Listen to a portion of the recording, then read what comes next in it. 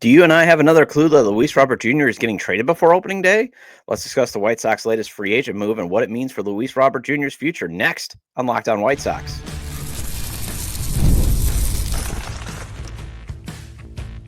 You are Locked On White Sox, your daily Chicago White Sox podcast. Part of the Locked On Podcast Network, your team every day. Hello, I'm your host, Todd Welter, a lifelong Sox fan and the site expert of SouthsideShowdown.com, part of the Fanside Network. And also, I've covered Major League Baseball for outlets such as the Associated Press. And thanks for making Locked On White Sox your first listen every day, part of the Locked On Podcast Network, your team every day. Make sure to hit the like button on today's episode. Subscribe to the YouTube channel at Locked On White Sox if you've not done so already. And also follow or subscribe to the show wherever you get your podcasts. Well, I'm still convinced that the White Sox front office wants to trade Luis Robert Jr. before opening day, and they just made another move to give themselves some cover. So let's discuss Michael A. Taylor's addition. Then Kai Busch has been lost for the season as he needs Tommy John surgery, and I want to discuss why that's just another example to be cautiously optimistic about the Sox future and their prospects. And finally, it's a Wayback Wednesday. I want to go over something James Fegan wrote a year ago that discusses the spring training mirages. So I just think the front office does not trust Luis Robert Jr. to stay healthy and rebuild his trade value back to its height after the 2023 season.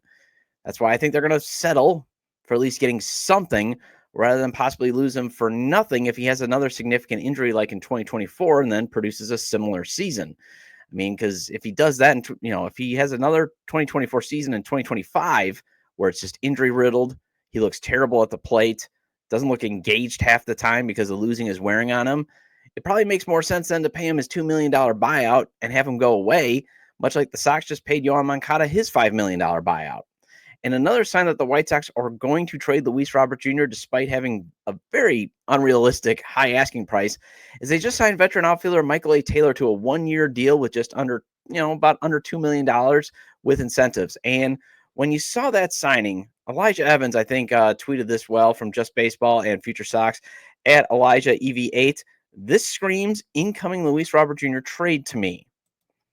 And, again, this could be a sign that the front office wants to trade Luis Robert Jr., even though, Michael A. Taylor has a career .235 average and a .671 OPS.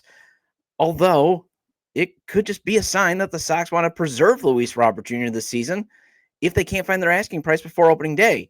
And that's what James Fegan of SoxMachine.com is reporting. He tweeted that out on Twitter. For those watching on YouTube, I've got the tweet up. It's at JR Fegan.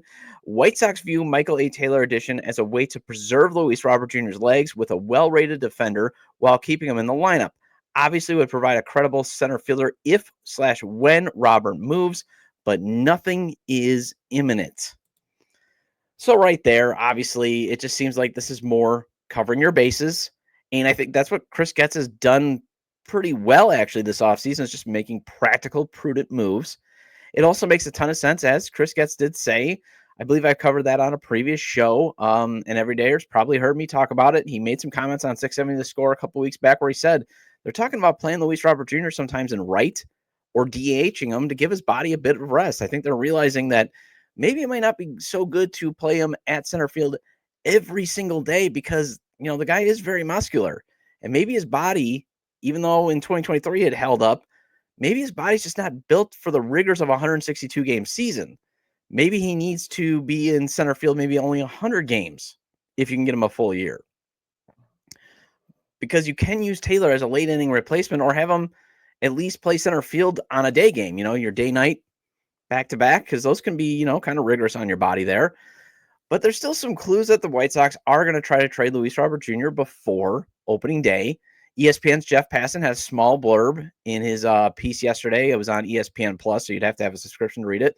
But he just said the Sox are still willing to deal Luis Robert Jr. So you got to also think of this as getting cover, although it's mostly defensive cover, as Taylor's coming off a 193 average and a 543 OPS with a 52 OPS plus in 113 games for the Pirates.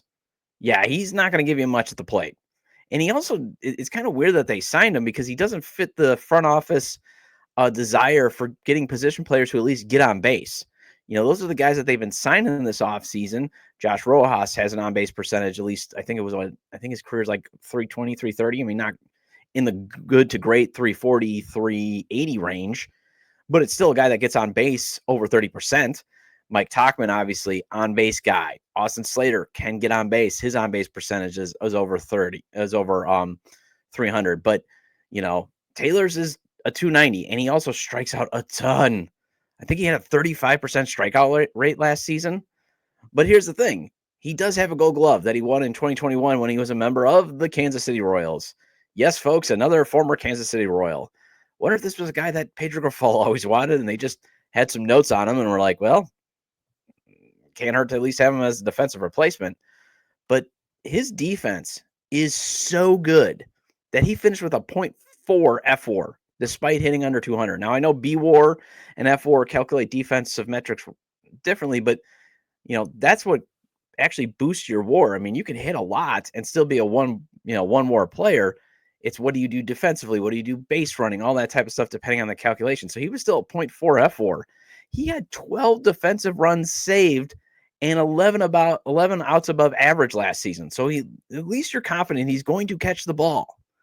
He had 19 defensive run saves in both 2021 and 2022. From 2015 to 2024, this is what MLB Trade Rumors polled. He had 78 defensive runs saved. I mean, the guy will catch the ball. He will field it at least. I mean, it's so elite that he's actually an upgrade over Dominic Fletcher. And you guys know I have this strange love of Dominic Fletcher's defense in right field. But Taylor is way, way better than Dominic Fletcher as a fielder. And that obviously means for sure Dominic Fletcher's chances of making the opening day roster are slim and none. And because he's also got a minor league option, I think it also makes sense. But it also makes sense because Chris Getz did not have the most flattering things to say about Fletcher this offseason. I know I shared that, and everydayers probably remember that episode. I think it was last month or two. It was around the winter meetings where he wasn't exactly thrilled with Dominic Fletcher. But he has a minor league option left, so you can always send Dominic Fletcher down to Charlotte and at least have some depth there. But if the Sox think they're going to get something for Taylor at the trade deadline, that's a long shot. And that's the reason why I bring this up is the White Sox should still be on, prospect return. They should be finding any veteran that they can, hopefully having some trade value. You don't want to have like Chris Flexens on your roster, but Taylor probably not going to get you anything at the deadline because most contenders probably have a defensive outfielder like Taylor. I mean, Taylor's elite defensively, obviously, and maybe a contender might be saying, hey, we could use a late inning defensive replacement, but you're still not going to get much at all. But even if Luis Robert Jr. is still on the roster, you have a way to protect leads late. And remember, the Sox did have leads last year. They blew 56 of them.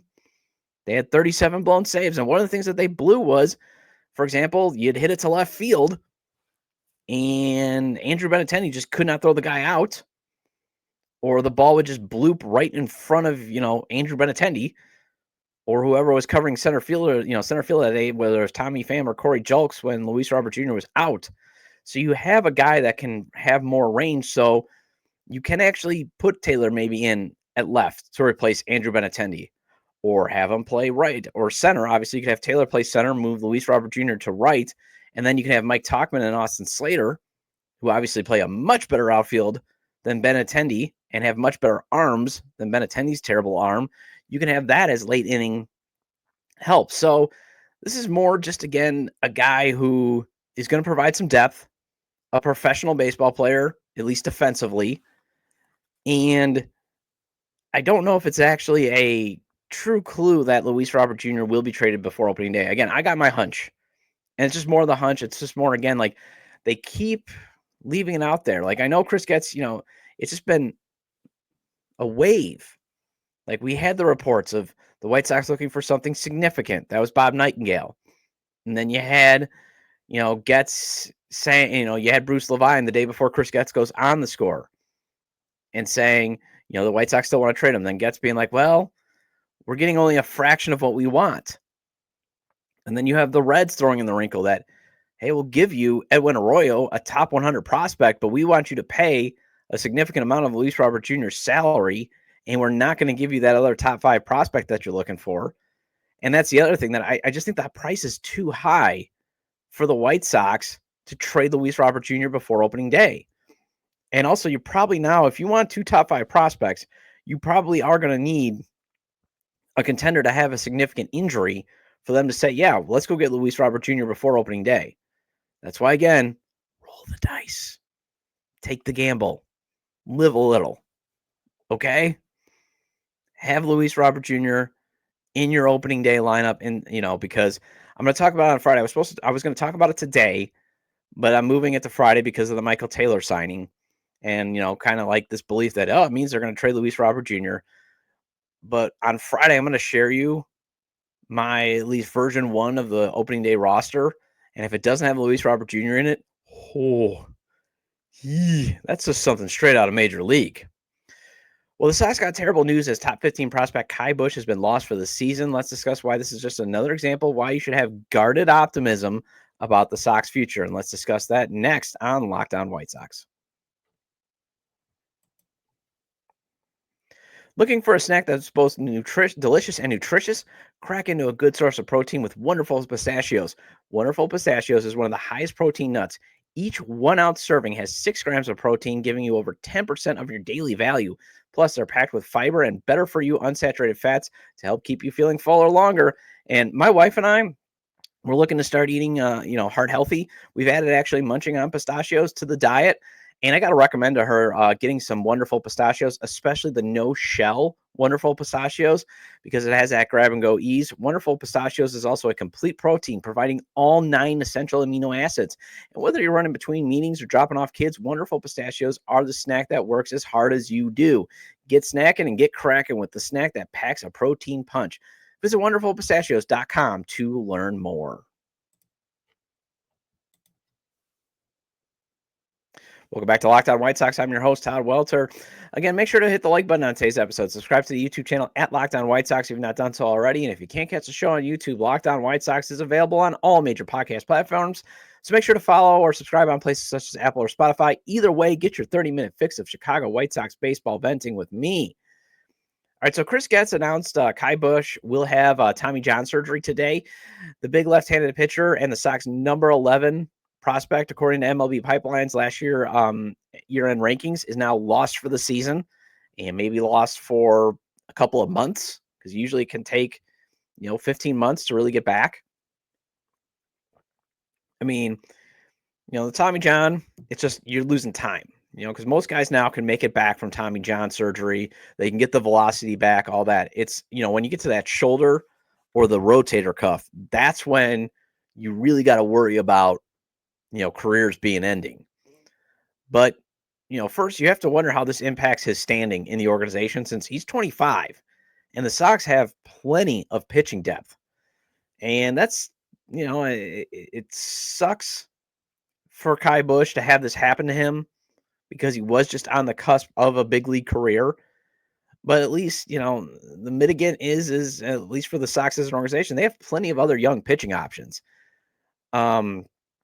But the other downside, obviously, because you feel for Kai Busch, is that this is just another reminder. And I don't want to try to tell you how to fan. I just want to give you these reminders that you got to be guarded on being hopeful all these young arms will provide better days, because they're just an injury away from being nothing. It's more of a caution tale. It's just more of, that's kind of what I think. Like, I do get very excited about the Sox future, especially with their rotation, because you can win with pitching. Look what the Cleveland Guardians are doing. The Milwaukee Brewers from 2021 to 2023 won with pitching. If you get those guys that can give you, a chance to win every 5 days, and if you get more of them, obviously you're going to have a chance to win a lot of games. You just got to balance it out by having at least guys, a couple guys in your lineup that can hit and, score runs, that type of stuff. But, again, these young arms, if you're building more of your system on pitching, you just got to know they're an injury away from being nothing, or at least the clock getting pushed back, the clock getting delayed. And again, I'm not saying Davis Martin and Jesse Schultens are on the same level as Busch, as I don't think they were never highly regarded. I don't ever remember seeing Jesse Schultens, and correct me if I'm wrong in the comments, but I don't remember Jesse Schultens being a top 10 prospect, because Kai Busch for a while was a top 10 prospect for the White Sox. He just got pushed down because Kyle Teal and Braden Montgomery got acquired in the Garrett Crochet trade. But for the most part, Bush was usually in the top 10 through most of the year.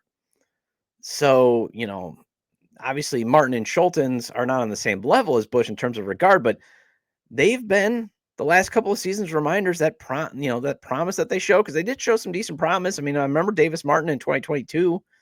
He made some spot starts, looked pretty promising. Same thing with Jesse Schultens.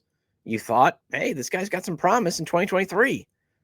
But they're the reminders that seasons can be wiped out and things can be pushed back because they needed Tommy John. The delaying them making a contribution happened there.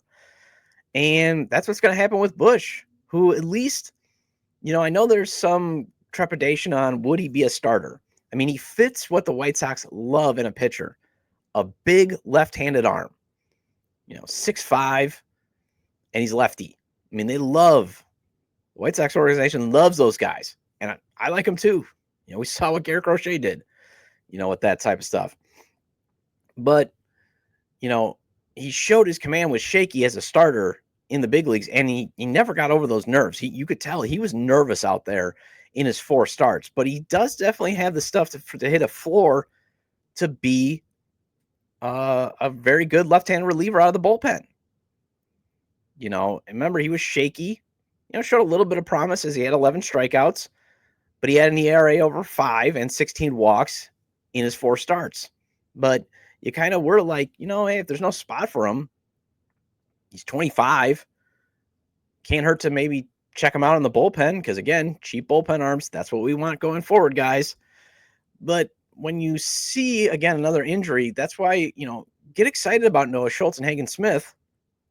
But I would just recommend, again, I'm not telling you how to fan. I'm just recommending and giving the PSA that maybe you should just be a little nervous about they're a major injury away. That's why I keep being a proponent of doing what they did with Garrett Crochet in terms of the development of Noah Schultz and Hagen Smith on the inning workload.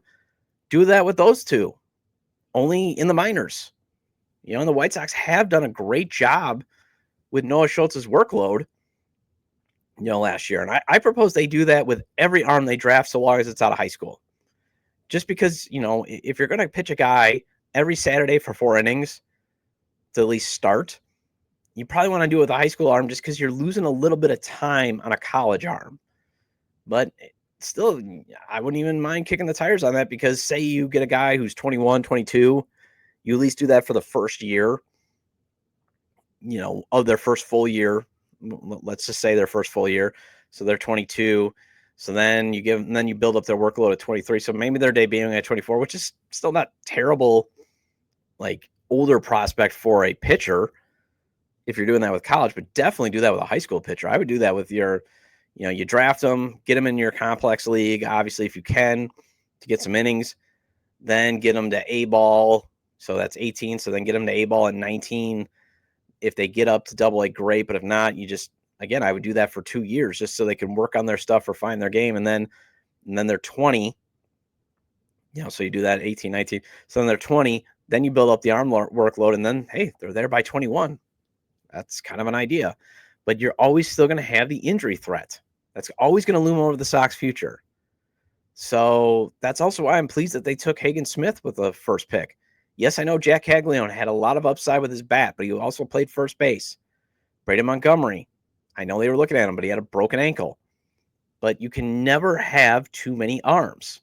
And I'm never going to complain if the White Sox just always take a pitcher with their first round pick because it's the one thing that they develop. They have a track record of developing pitchers in the first round.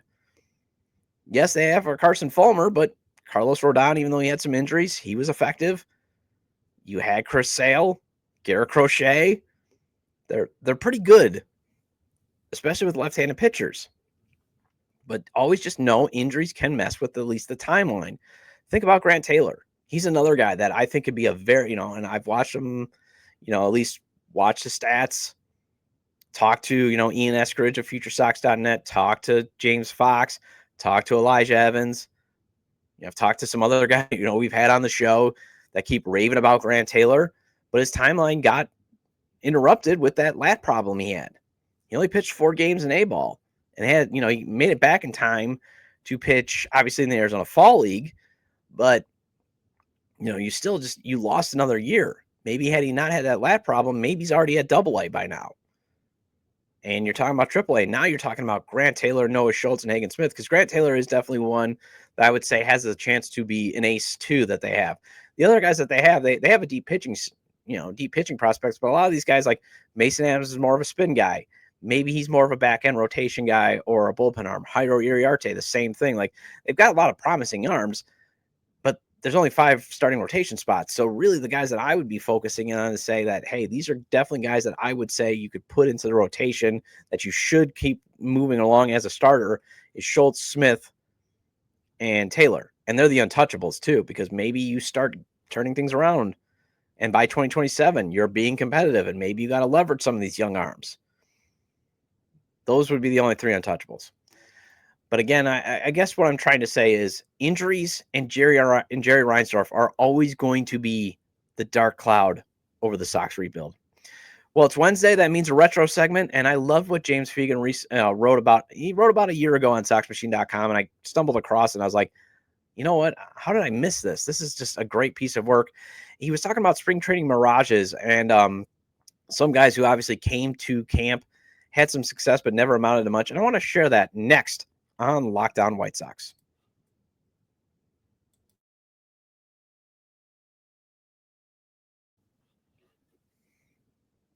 Welcome back to Locked On White Sox. I'm your host, Todd Welter. Shout out to all the everydayers. I appreciate your loyalty. Please hit the like button on today's episode. Recommend to your fellow Sox fans or baseball fans, friends, to subscribe to the YouTube channel at Locked On White Sox, wherever they get their podcasts, as this show is available on all major podcast platforms. And hey, feel free to leave a 5-star review on either Apple or Spotify. Let's get that 4.5 rating up. I would really appreciate it. Well, this is going to be part of the season where someone is going to have a great spring training, and you're going to get really excited about it. Heck, I might even get excited. I remember being like, I can't believe Nick Nastrini didn't make the opening day roster. What were they thinking? Well, turns out they were thinking the guy probably is going to struggle with his command at the big league level, and I was right. And as James Fegan wrote on SoxMachine.com last spring training, just don't get caught up in the hype. They're mirages usually, like Micker Aldolfo or Hanser Alberto. You guys remember those names?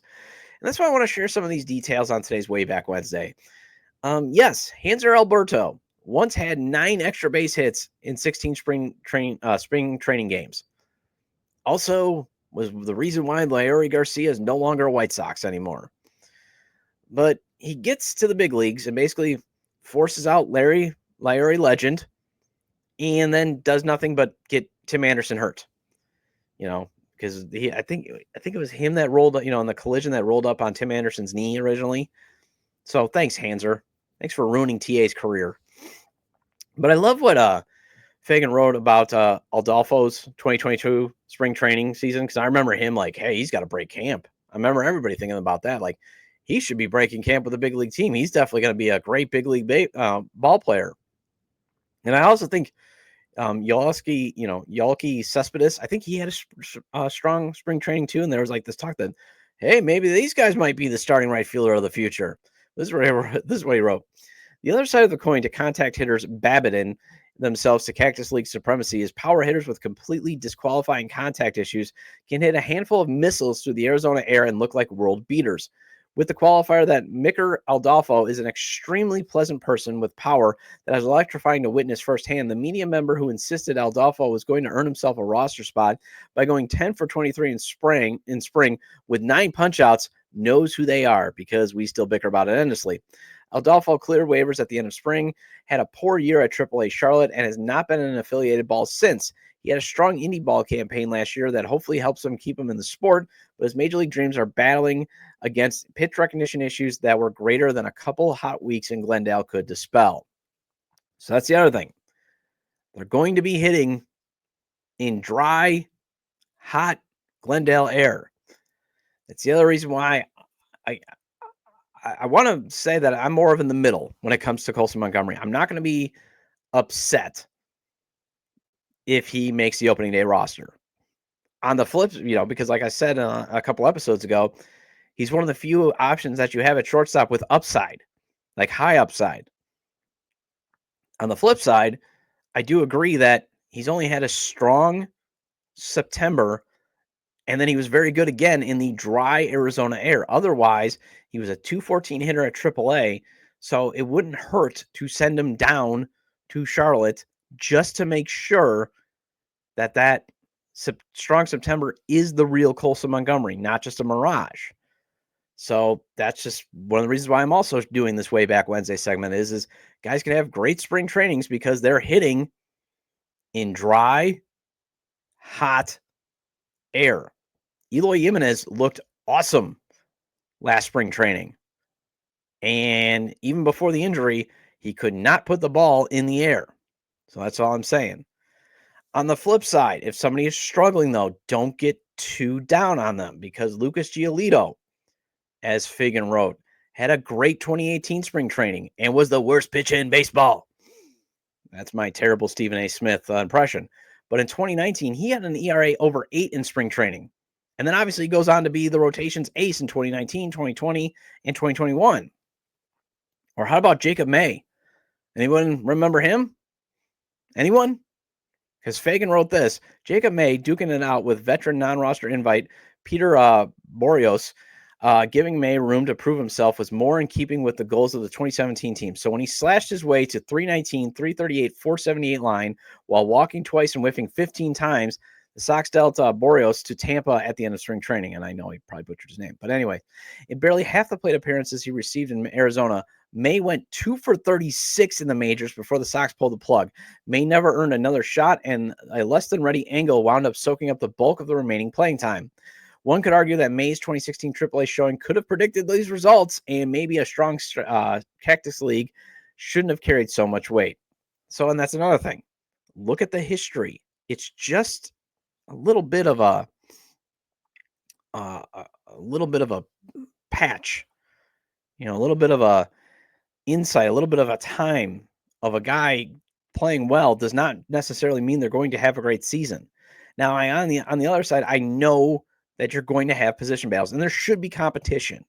You shouldn't just be none of these guys. You're coming unless they don't trade Luis Robert Jr.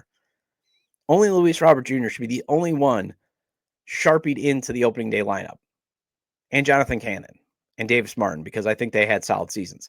Otherwise, you're coming off a 121 loss season. No one should be guaranteed a spot. But at the same time, and I get you guys have to have the competition, but at the same time, I would like to think that hopefully the front office, this front office, not the last front office, looks at a guy's a whole body of work and thinks, okay, just because they had a good spring, does this mean they're going to translate to big leagues? And also then look, did they make the necessary adjustments? What's the swing looking like? What's the arm angle looking like on the pitch?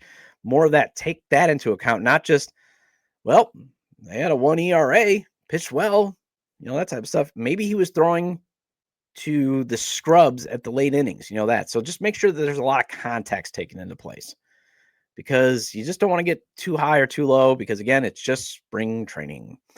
Well, that wraps up this edition of Locked On White Sox. Thank you for making Locked On White Sox your first listen today. For your second listen, find Locked On MLB. Baseball guru Sully brings a daily blend of humor and baseball, keeping you updated on every rumor and story throughout the offseason. Find Locked On MLB on YouTube or wherever you listen to your podcast. I'll be back tomorrow to go over how the White Sox can win more games in 2025, despite being a less talented team than the 2024, group. And I'm going to have Jordan Lazowski explain that of SoxOn35th.com.